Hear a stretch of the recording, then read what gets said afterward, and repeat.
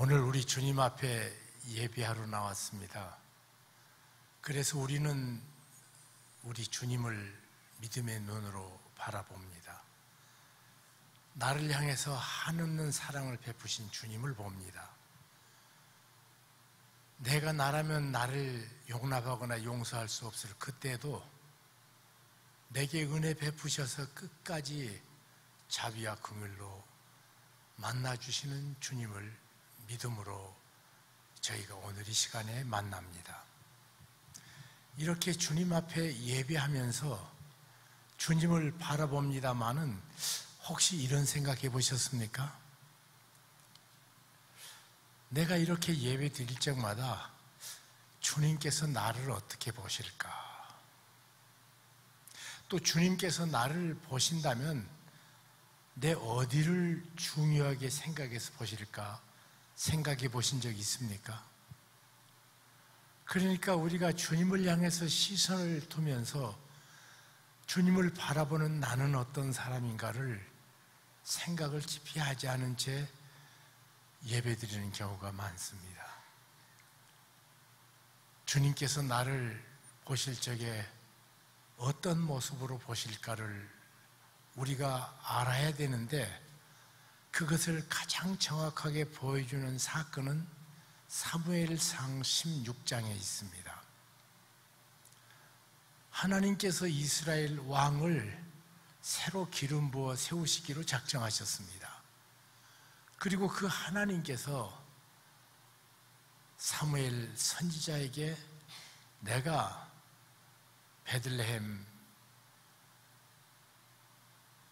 그 건덩에서 일하고 있는 이세 집에 가서 그 아들 중에 택한 사람이 있으니 내가 기름을 부으라고 말씀하셨습니다.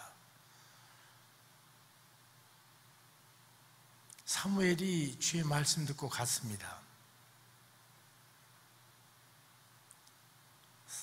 이새는 사무엘 앞에 자기 아들 7을 모두 세워놨습니다. 첫째 아들 엘리압이 그 앞에 섰습니다. 그는 생각하기를 형만한 아우가 없는데 장자 적통이다. 그래서 기름 부으려고 했더니 하나님께서 아니라 나는 저를 택하지 않았다고 말합니다. 둘째를 세웠습니다. 나비나답. 아주 영특하게 잘 생겼습니다. 역시 지혜가 있는 모습이 그 앞에 풍겨나니 이 아들에게 기름을 부어야겠다고 생각했는데 하나님께서 아니라 나는 저를 버렸다고 말합니다. 세 번째 샴마라는 아들, 키가 구척장승이고 잘생겼습니다. 하나님께서 옛날 사울도 키가 크고 잘생겨서 뽑으셨는데 또 이번에 뽑으실 때도 그처럼 키 크고 잘생긴 사람인가 그랬는데 하나님께서 지나치라고 말씀하십니다. 7 다 지나갔습니다. 이새가 말합니다. 아들이 이기 전부냐 그러니까 한 놈이 있기는 있는데 이 7명에서 뽑지 못했으면 그놈 아닙니다. 애비 내가 가장 내 자식 잘 압니다. 그러나 하나님께서 이새의 아들 중에 기름 부은 자 있다고 말씀하셨기 때문에 빨리 불러오라고 말합니다. 그날따라 형들이 모두 아버지에게 불려갔기 때문에 혼자 여러 사환과 더불어 이것저것을 뛰면서 형들의 일까지 충성스럽게 일하고 있었습니다.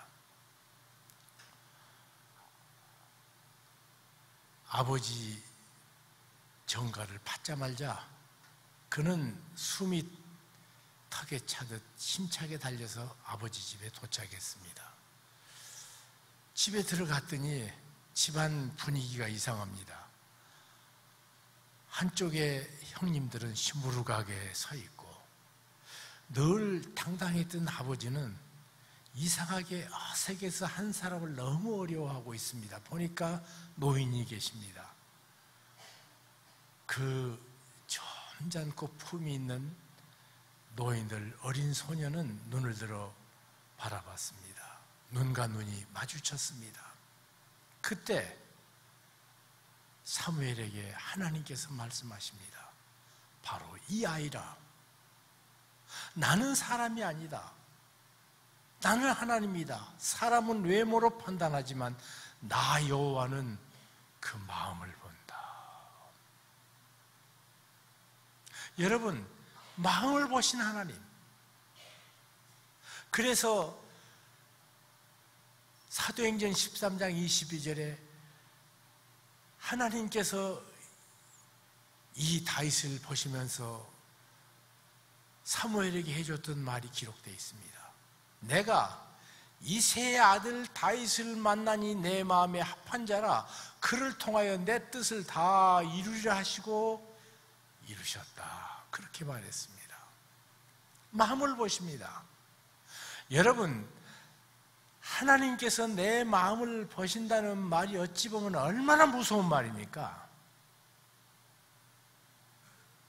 그러나 내 마음을 본다는 말은 또 얼마나 영광스러운 말입니까?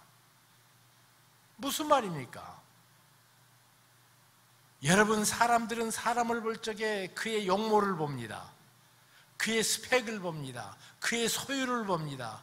그의 영향력을 봅니다. 그가 했던 사업을 봅니다. 그런데 하나님은 그딴 것 안 보신다는 말이에요. 여러분, 만약 하나님께서 사람처럼 본다면 내가 젊었을 적에, 이뻤을 적에는 나를 좋아했다가 그러면 나이가 들어서 피부가 나빠지면 나를 버리게요. 내가 돈 있을 적에 하나님이 좋아하셨다가 돈 없으면 나를 내치게요. 내가 좋은 스펙을 못 가졌기 때문에 그러면 하나님께서 나를 영원히 안 볼까요? 아닙니다. 하나님은 뭘 본다고요? 그딴 것 안 봅니다. 사람은 그딴 것 봅니다. 나만 봅니다. 나만 좋아합니다. 하나님만이 통째로 나만 좋아합니다. 사람은 이상한 것 좋아합니다. 알지도 못하면서 상상해서 좋아합니다. 하나님은 내 마음을 보시고 전체를, 진실을 온전히 나를 보십니다. 보시는 하나님은 내 인생을 향해서 온 천하보다 내 영혼이 귀하다고 말합니다. 얼마나 무엇이 귀한가는 무엇을 희생할 수 있느냐에 비례합니다. 여러분, 이 말씀 모두 아시죠? 하나님이 세상을 이처럼 사랑하사 독생자를 희생하셨으니. 여러분, 이보다 더 큰 소리를, 사랑의 소리를 들어본 적 있습니까? 이보다 더 큰 사랑을 여러분 보신 적이 있냐고요? 만약 그것을 마음으로 풍성하게 온전히 누릴 수 있다면 요한복음 3장 16절을 마음에 품을 적에 눈에 감격에 이슬이 맺히지 않을 수가 없을 겁니다. 여러분이 오늘 예배하는 그분은, 여러분의 예배를 받으신 분은 여러분의 마음을 보십니다.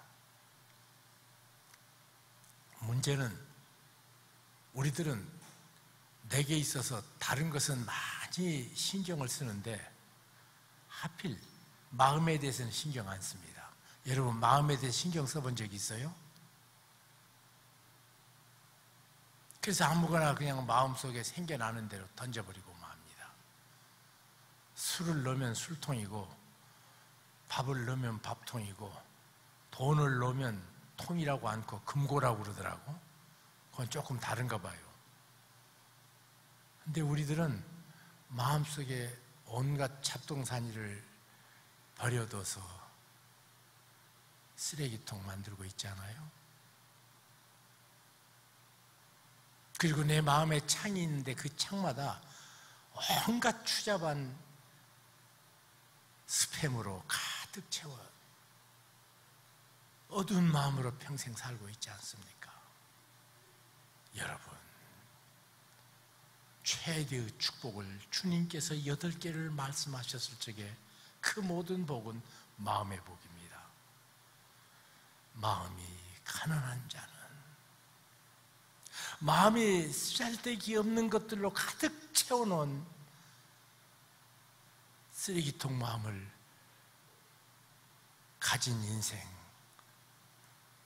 나를 향해서 마음이 청소된 자는 복이 있나니 가난한 자는 복이 있나니. 그러면 마음이 깨끗이 치워진 가난한 마음에는 주께서 말씀하셨습니다. 내가 채워준다, 최상으로. 스팸으로 채워진 내 마음의 창, 그것을 모두 청소한 자를 향해 마음이 청결한 자는 복이 있나니 내가 하나님을 볼 것이요. 오늘 이 자리에 나와 예배하는 주님의 백성들, 내 마음 청소하고 계십니까? 내 마음에 하나님께서 싫어하시는 것은 모두 치워놓습니까? 하나님 안 보인다고요? 오늘 찬송, 나의 가는 길을 오직 그가 아시나니 그가 나를 단련하신 후에는 내가 정금처럼 나오리라. 욥은 마음의 창이 맑았기 때문에 그 고통 중에도 마음의 창을 통해서 이 고난이 지나간 다음에 하나님께서 나를 아름답게 단련시켜서 정금보다 더 귀하게 해주실 것을 믿음의 눈으로 바라볼 수 있었기 때문에 그 소망은 그에게 인내를 만들어냈습니다. 사랑하는 성도 여러분, 이 마음,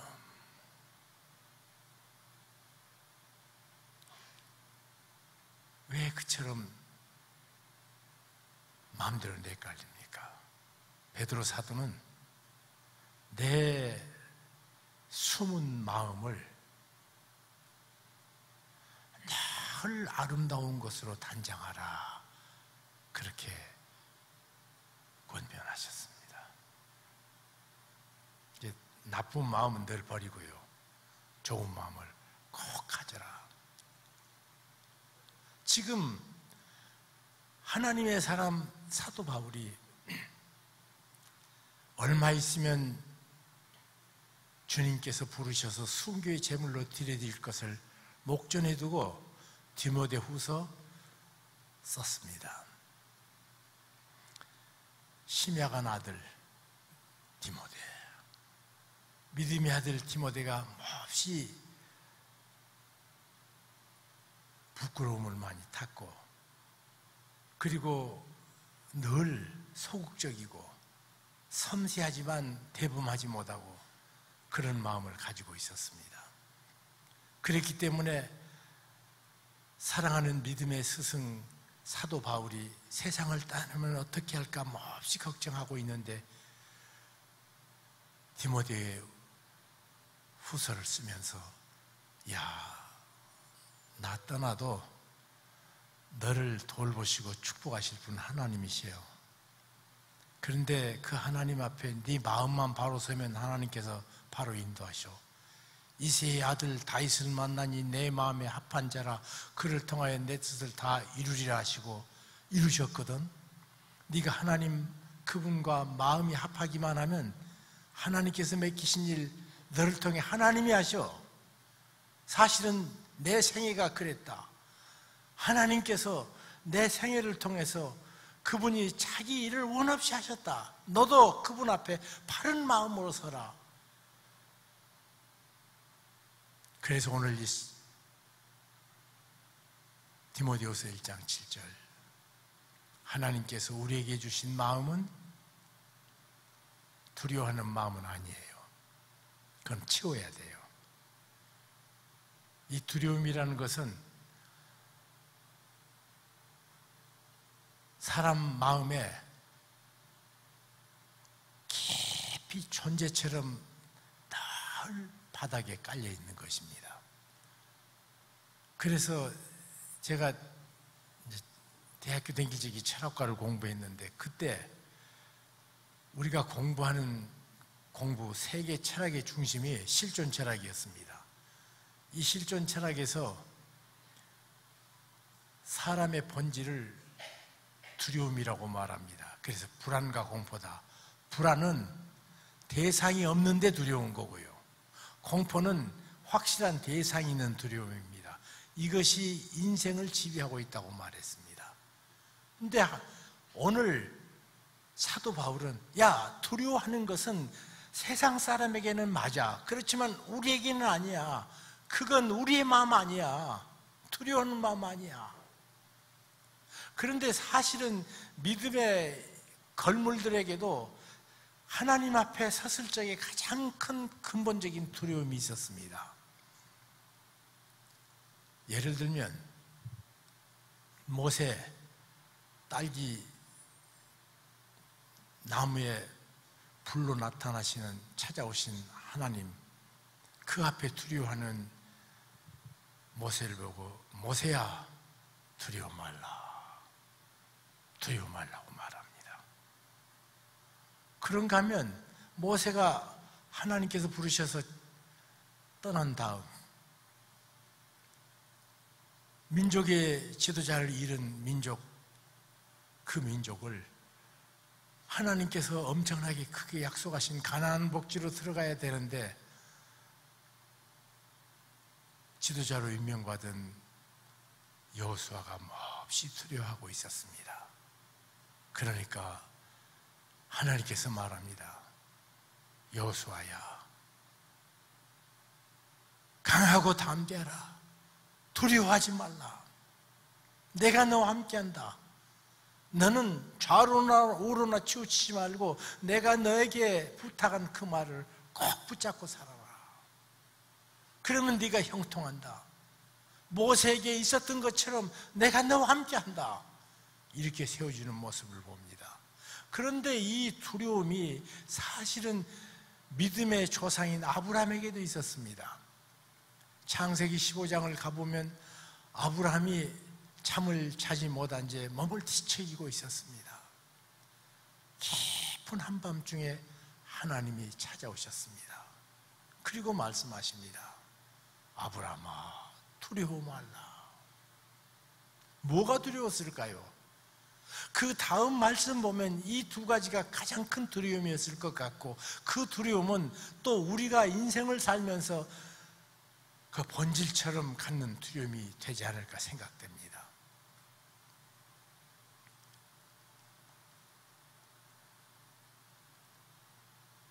14장 보면 팔레스틴 지역의 네 왕이 연합해서 소돔 고모라를 침략했습니다. 그리고 승리한 그들은 소돔 고모라에서 모든 재물을 약탈해 갔습니다. 당시에 팔레스틴 지역에서 가장 부유한 땅이 소돔과 고모라 땅이었습니다. 아마 많은 것을 뺏어간 것 같아요. 그리고 그때는 에너지원이 사람밖에 없었기 때문에 사람들을, 일할 수 있는 사람들은 모두 포로로 붙잡아서 노동력으로 일들을 대신하던 그런 때입니다. 붙잡아 갔습니다. 문제는 거기에 아브라함의 조카 롯이 있었습니다. 롯이 잡혀갔다는 말을 듣자마자 아브라함은 이거저거 생각하지 않고 318명의 집에 있는 식구들을 모두 데리고 나갔습니다. 가보니까 밤이 됐는데 이 네 연합군이 같이 모여서 승리를 자축연을 하다가 술 먹고 고주망태 돼서 여기저기 쓰러져 있었는지 모릅니다. 한복판에 들어가서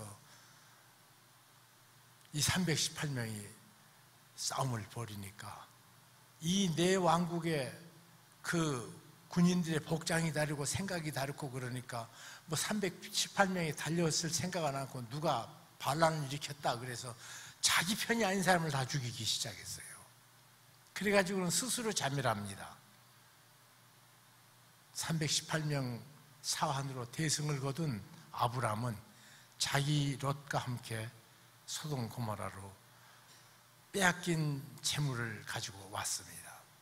그랬더니 소돔 고모라 왕이 아브라함 앞에 나와서 이렇게 말합니다. 너무 감사합니다. 정말로 은혜를 잊을 수가 없습니다. 그래서 우리가 그 사례로 이렇게 하기를 원합니다. 백성은 우리 백성이니까 그대로 주시고, 이미 우리는 우리에게서 모든 보물들은 도적 맞아서 빼앗겼기 때문에 우리 것 아닙니다. 그 모든 재산은 다 당신이 가지시오 그랬습니다. 그러니까 아브라함이 말합니다. 내 인생은 축복이 오로지 하나님께로부터 온다는 사실을 입증하는 인생입니다. 하나님의 축복 때문에 내가 여기까지 살았고 앞으로도 하나님의 축복으로 살아갈 것입니다. 거절합니다. 그리고는 오히려 오다가 멜기세덱이라는 제사장을 만나서 11조를 드리고 하나님께 제사하는 모습을 우리에게 보여줍니다. 돌아왔습니다. 그런데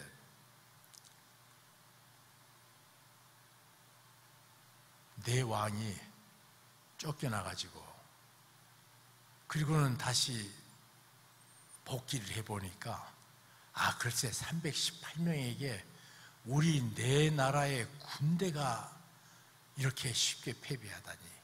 그리고 다시 건강하고 남아있는 사람들을 가면 충분히 그딴 건 없앨 수 있다. 그래서 다시 모아서 덤벼들었다면 어찌 될까? 그것을 상상했던 이 아브라함은 두려워서 견딜 수 없었는가 봅니다.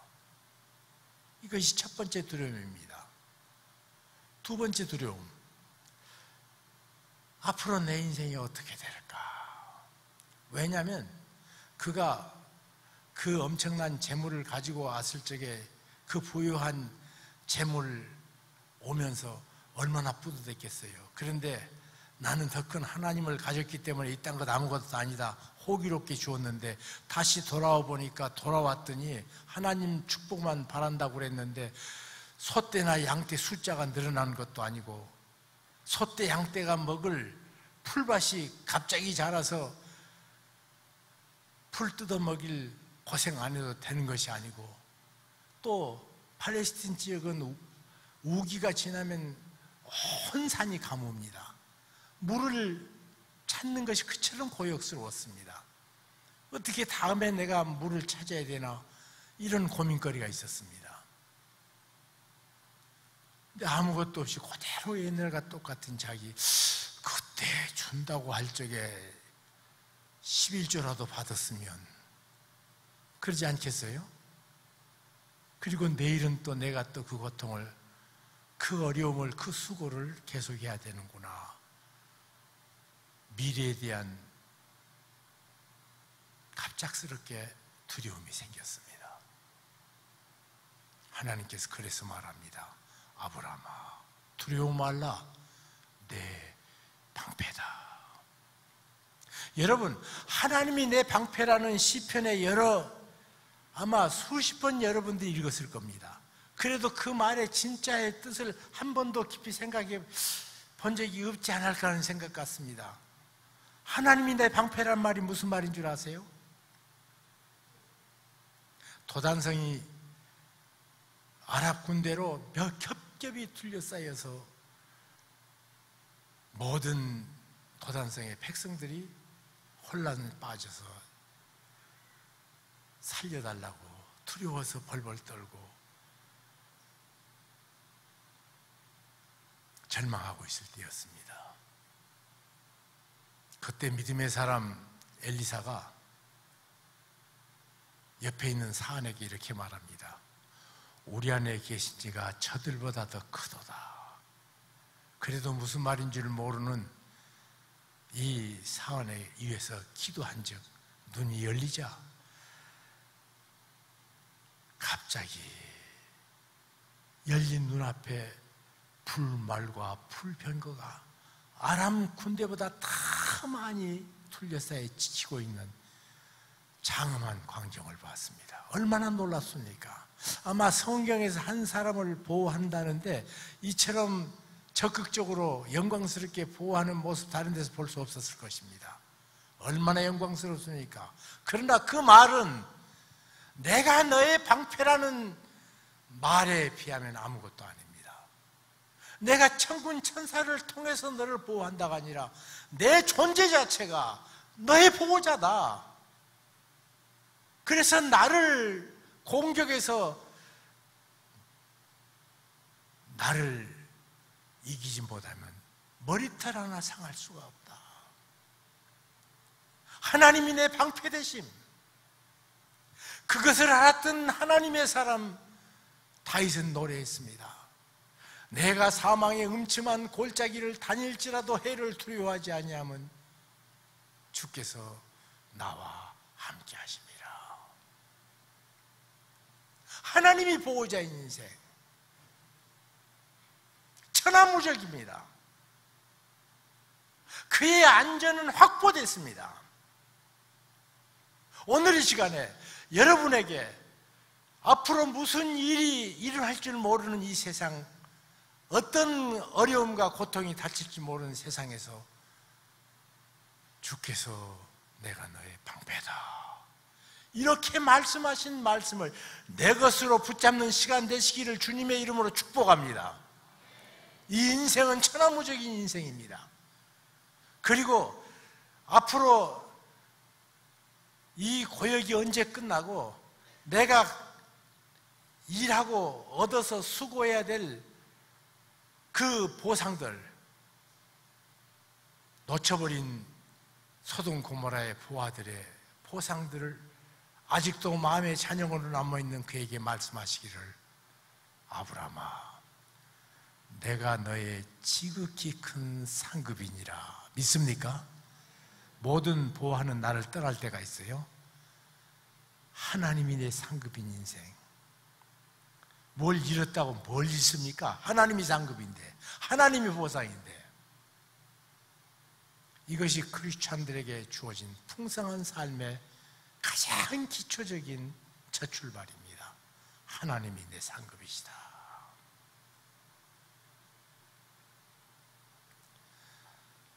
사랑하는 믿음의 형제 자매 여러분, 근심, 걱정, 염려, 두려움, 하나님께서 내게 주신 마음 아닙니다. 그리고 그거 치운 내게 하나님께서 주시는 세 가지 중요한 마음이 있습니다. 첫 번째 마음은 능력과, 두 번째 마음은 사랑과, 세 번째 마음은 절제하는 마음이니, 본문이 그랬죠. 사랑과, 능력과 사랑과 절제하는 마음이니.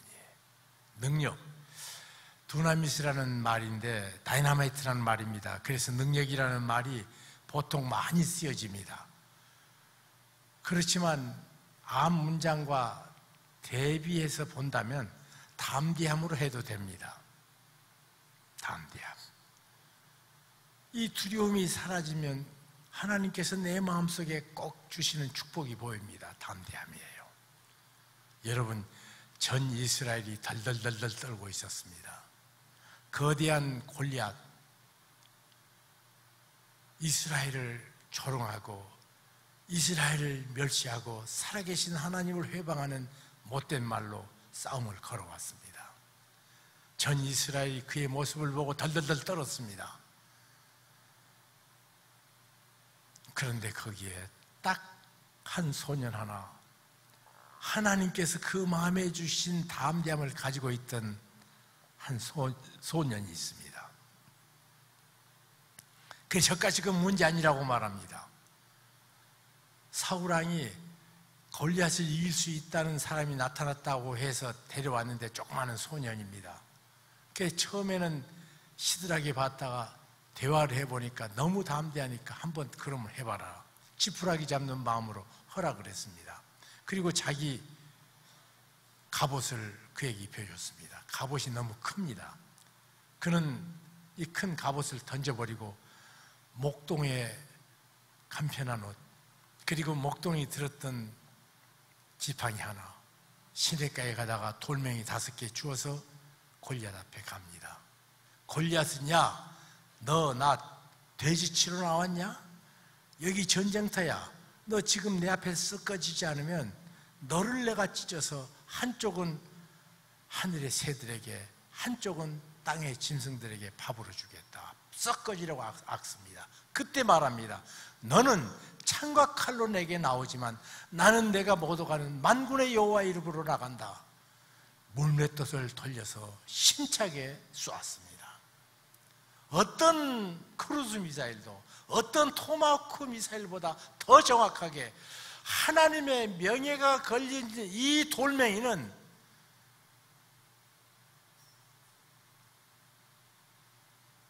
적의 정수리를 깨고 쓰러뜨렸습니다. 여러분, 담대함. 오늘 이 시대에 사는 우리에게 주께서 요한복음 8장에 이렇게 말합니다. 너희가 세상에서는 환난을 당하나 담대하라. 내가 세상을 이겼다. 하나님께서 말씀하셨습니다. 우리 주 예수 그리스도께서 이 땅에 오셔서, 야, 내가 다 이겼어. 대장이 이겼으면 쫄병들은 다 승리한 겁니다. 네가 누구 백성이고 누구 군대인데 내가 이겼어. 담대하라. 내가 세상을 이겼다. 우리에게 환난을 없앤다고 주께서 말씀하지 않습니다. 환난은 계속된다고 말합니다. 그런데 하나님께서는 그 환난에서 담대해서 그리스도의 승리를 드리는 인생을 살도록 우리를 부르셨습니다. 그 말씀을 받았던 하나님의 사람 사도 바울은 말합니다. 로마서 8장에 말합니다. 누가 우리를 하나님의 사랑에서 끊으리요? 환난이나 공고나 핍박이나 적신이나 위험이나 칼이라. 우리가 종일 주를 위하여 죽임을 당케 되고 도살할 양처럼 여김을 받았나이다 함과 같으니라. 그러나 이 모든 일에 우리를 사랑하시는 이로 말미암아 넉넉히 이기느니라.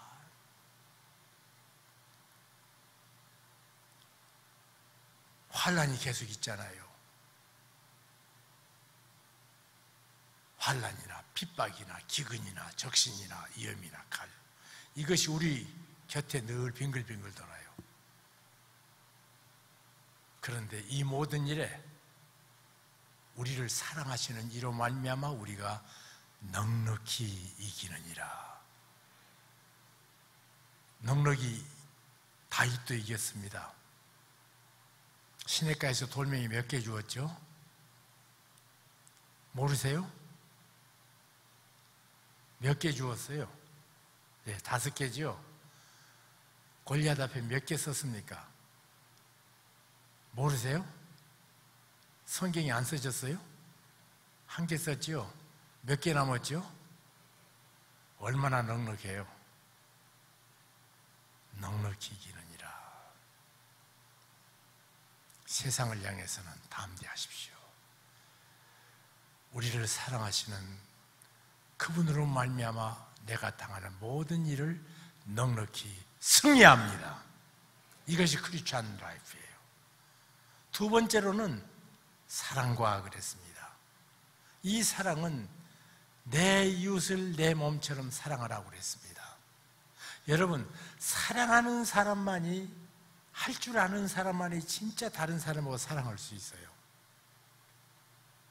근데 사랑을 못 받아본 사람은 사랑을 잘 못한다고 그래요. 그래서 여러분들은 여러분의 자녀들을 정말 중심으로 사랑해 주십시오. 이해하고. 그러면 그 아이가 자라서 다른 사람을 사랑하는 이로 되어집니다. 이 다윗은 사랑을 알고 사랑을 할 줄 아는 사람이었어요. 그래서 그의 친구 요나단과 함께 세계 역사상 가장 아름다운 우정을 만들었는데, 영어에는 데이비드 앤 조나단이라는 말이 있어요. 둘이 엄청 친하다고 말할 적에요. 데이비드 앤 조나단. 요나단과 다윗의 사랑은 역사상 전무후무한 사랑입니다. 그렇게 사랑할 줄 아는 사람. 그런가 하면 그는 원수까지 사랑했습니다. 사울왕이 자기를 죽이려고 눈에 불을 쓰고 덤벼들었습니다. 그런데 하나님께서 기름 부은 자를 내가 해할 수 없다 갖가지 사랑으로 보내줍니다. 죽으면 이제 자기가 왕이 되니까 정말 춤을 춰야 되는데 길보아 전투에서 사울이 죽자 통곡하고 울고 애도합니다. 끝까지 사랑했습니다. 여러분, 내 인생의 풍요는 내가 어떤 범위로 사랑하느냐, 그리고 내 인생의 질은 얼마만큼 깊이 사랑하느냐, 이 두 개가 결정합니다. 사랑이 있음에 인생이 살만하고 사랑이 있음에 가치가 있습니다. 여러분의 자녀가 몹시 귀하지요? 왜 귀합니까? 사랑하기 때문이에요. 그처럼 빨래비누처럼 부모가 자기가 달아지는데도 아까울 줄 모르는 사랑. 그 사랑이 내 인생을 풍요롭게 하지. 만약 그거 없다면 인생이 얼마나 힘들까? 사랑과 사랑의 사람 사도 바울은 점점 그리스도 안에서 그리스도를 배워가며 사랑의 깊이와 넓이가 풍성해지니까 사랑은 오래 참고 사랑은 투기하는 자가 되지 아니하고 고린도전서 13장을 고백했습니다.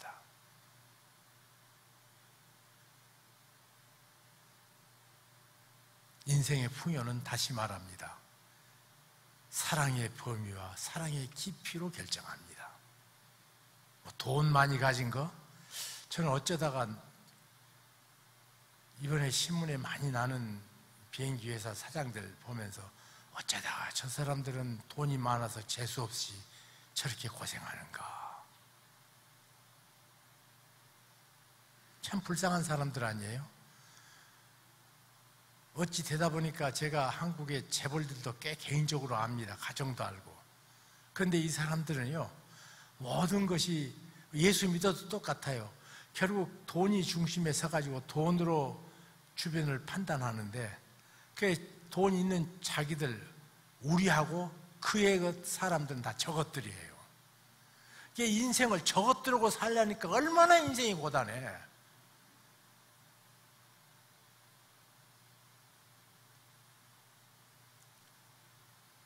여러분, 주변을 향해서는 사랑과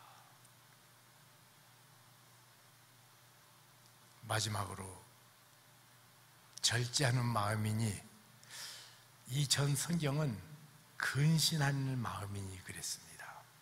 자기를 조심하는 마음이라는 말이에요. 조심하는 마음. 왜 조심하는가? 사도 바울은 이렇게 고백했습니다. 아니, 사도 바울에 앞서서 한 사람을 좀 더 소개하자면 다윗입니다. 다윗이 한평생을 살면서 그처럼 영광스럽고 복된 인생 산 사람은 역사상 아무도 없습니다. 그런데 이 다윗, 3번이나 자기 생애에 대해서 말할 적에 내가 얼마나 잘난 줄 아느냐? 내가 얼마나 엄청난 걸 이루는가? 너희들 안 보이느냐? 이렇게 하지 않았습니다. 가장 중심의 말씀은 여호와여, 내가 무엇이고 누구이길래 베들레헴에서 부르셔서 여기까지 인도하셨습니까? 심지어는 임종에 유언하면서도 마지막 결론이 그것입니다. 자기를 하나님 앞에 늘 바로 세웠습니다. 여호와 온 땅을 두루 감찰하사 전심으로 자기 찾는 자를 위하여 능력을 베푸심을 그는 너무 잘 알았기 때문에 하나님 앞에서 늘 자기를 정직하게 내어놨습니다. 근데 우리들은 나를 잊어버리고 살아요. 내 성질대로 살고 내 충동대로 살고 하나님 앞에 사는 인생, 여호와여 내가 누구이고 무엇이길래. 그런데 신약의 사람 사도 바울은 고린도전서 9장 27절에 내가 나를 쳐서 복종케 하면 남은 구원해 놓고 나는 버림을 받을까 심히 두려워했다.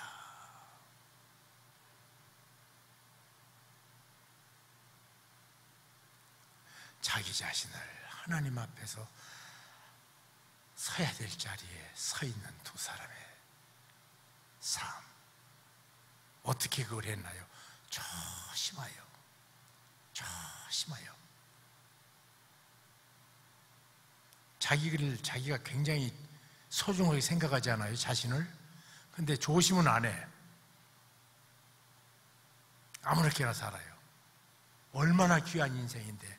어느 정도 귀해요? 온 천하보다 더 귀한 인생.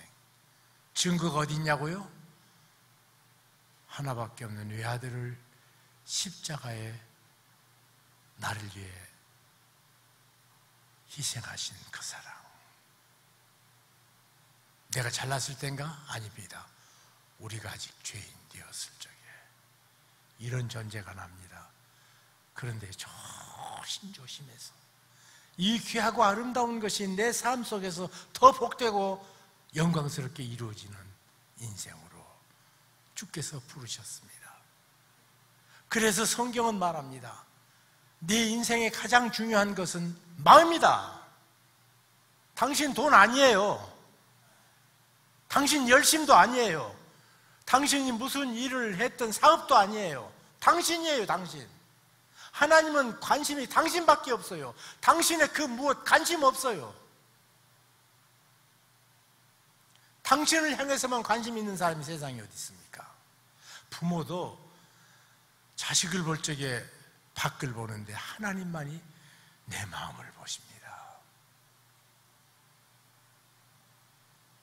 그리고 하나님께서는 내 마음속에 두려움을 없애라고 말합니다. 미래에 대한 두려움, 환경에 대한 두려움, 그거 없애라. 그리고 대신에 세 가지 있어야 된다. 담대함과, 두 번째로 주변을 향해서는 사랑함과, 세 번째로 자신을 향해서는 조심함과 근신함. 이것을 늘 가지고 살면 디모데야, 네 앞길 형통이다. 오늘 이 시간에 내가 하나님 앞에 마음이 바로 서 있는가를 다시 바라보면서 내 마음을 찾으시고 보시는 주님과 사랑의 눈동자가 마주치고 그분을 기뻐하고 감격하는 복된 예배가 되시기를 주님의 이름으로 축복합니다. 기도하겠습니다. 주님 감사합니다. 진리로 인도하시니 감사합니다. 이 진리 속에 승리의 생애가 계속되는 은총의 삶 허락해 주옵소서. 예수 그리스도 이름으로 기도하옵나이다. 아멘.